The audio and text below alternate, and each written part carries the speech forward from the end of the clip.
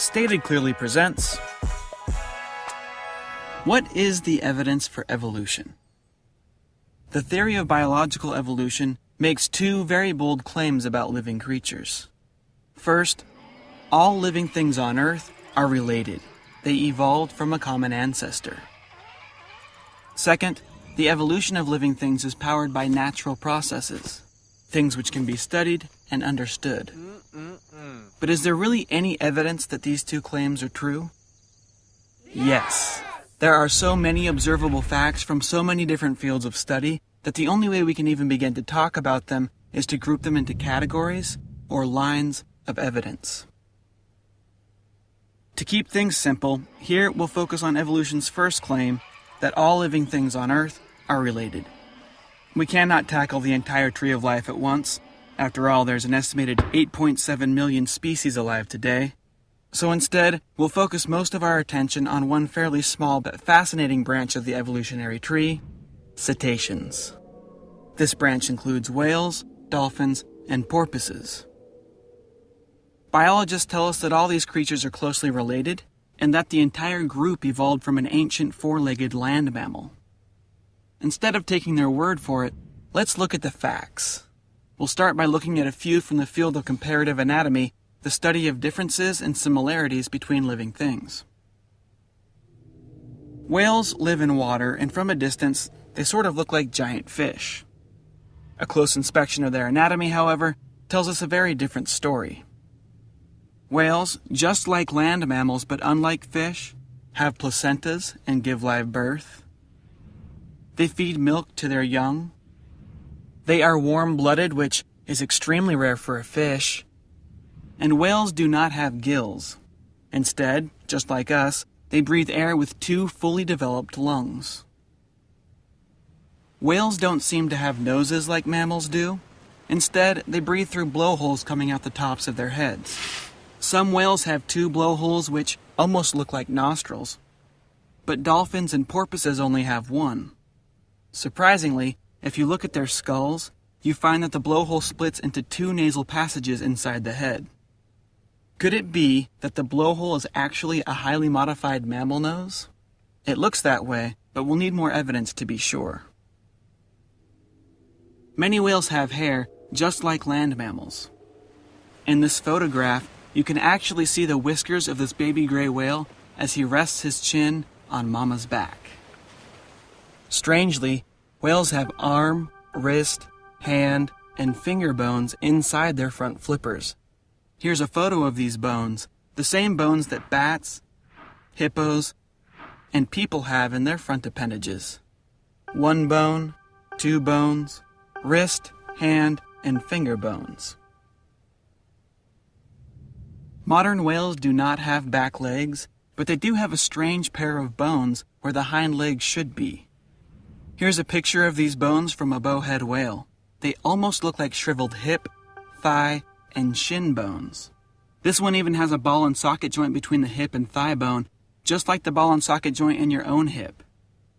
Is this resemblance a mere coincidence, or are these real leg bones? Perhaps leftovers from the whale's evolutionary history. Before we draw any bold conclusions, let's see if a completely separate line of evidence will confirm our suspicions. Embryology is the study of how creatures develop before being born or hatching from an egg. Here we see a dolphin and a human embryo side by side at similar stages of development. Notice that they both have what look like arm buds and leg buds. In humans, the leg buds grow to become legs. In whales, they grow for a while but then stop, effectively fading away as the rest of the whale continues to grow. These are all photographs of a common dolphin at different stages of growth. Notice that early on, we see two nostril grooves on the front of the face, just like you'd expect in a puppy or a human. As the dolphin continues to grow, the nostrils migrate to the top of the head and fuse together, becoming the dolphin's blowhole. So far, we have multiple facts from two independent lines of study, comparative anatomy and embryology, that are both telling us the same story. The ancestors of whales were once four-legged land creatures. Will the fossil record act as a third witness, confirming this idea? These are two species of extinct basilosaurid whales. These animals are known for multiple well-preserved skeletons, and they appear to have lived side by side roughly 34 to 40 million years ago. In this photograph, we're looking down at the top of a basilosaurid skull. This is not a model or a cast. These are the actual bones which were pulled from the ground. Notice that the nasal opening is not on the top of the head like those of modern whales, and not at the end of the snout like those of land mammals. Instead, it's right in the middle. This is an intermediate species, exactly what evolution tells us we should find. At the back end of a basilosaurid's body, there are small, yet fully developed hips, legs, ankle, feet, and toe bones. These legs are far too small for walking on land, but they may have been useful while mating, or for scratching away parasites and itchy skin. Evolutionary theory tells us that the further we go back in time, the harder it should be to distinguish whales from normal land mammals. Meet Myocetus. The hip bones of Myocetus seem sturdy enough to walk on land, but this animal is considered to be a whale for many reasons. Their skeletons have all been found among fossils of sea creatures, which tells us they lived in the ocean. Their short legs, combined with long, flat fingers and toes, suggest they were strong swimmers with webbed hands and feet. Here we see the bottom side of a Myocetus jaw and skull. Her teeth match those of the basilosaurid whales we saw earlier, and the unique structures of her middle ear bones match those of basilosaurid whales and modern whales. Myocetus appears to be a walking whale. Scientists have found the fossils of many ancient whale-like mammals and continue to find more. Together, these fossils blur the line between four-legged land mammals and fully aquatic modern whales, solidifying the idea that whales indeed evolved from land creatures.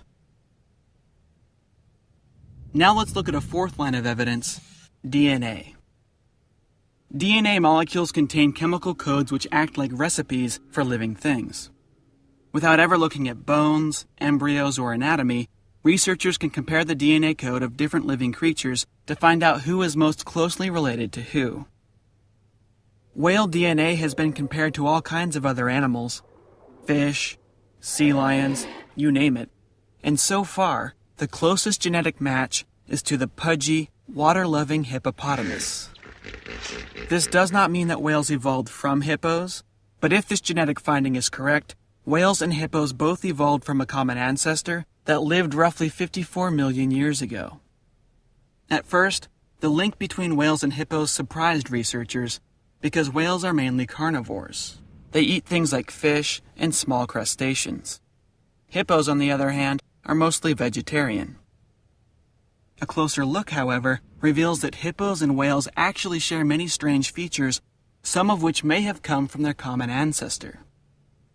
Ancient walking whales have specially shaped ankle bones found only in hippos and the close relatives of hippos. Just like whales, hippos are known to give birth and even nurse their young underwater. They both have multi-chambered stomachs, which is common for herbivores but is almost unheard of for meat-eating mammals. They are both missing a coat of fur, and here's a fun fact. Whales and hippos are among the only mammals on Earth that have internal testicles. So there you have it.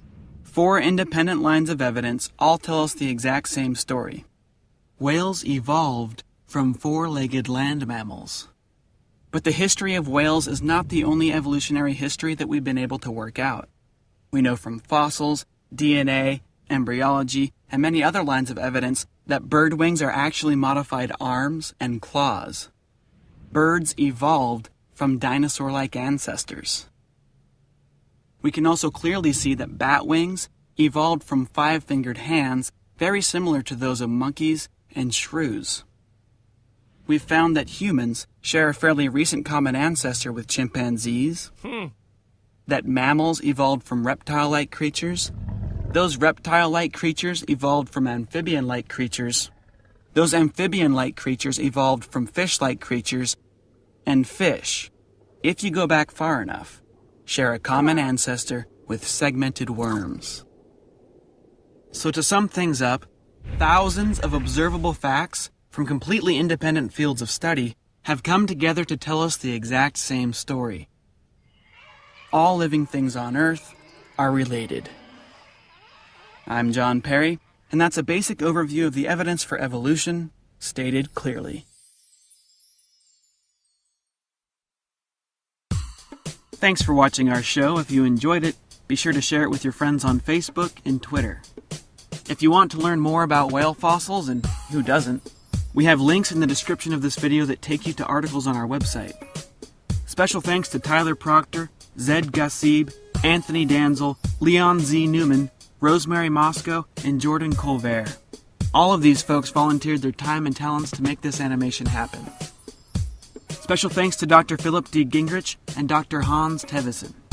They both volunteered hours of their time advising us and preparing images of fossils and embryos.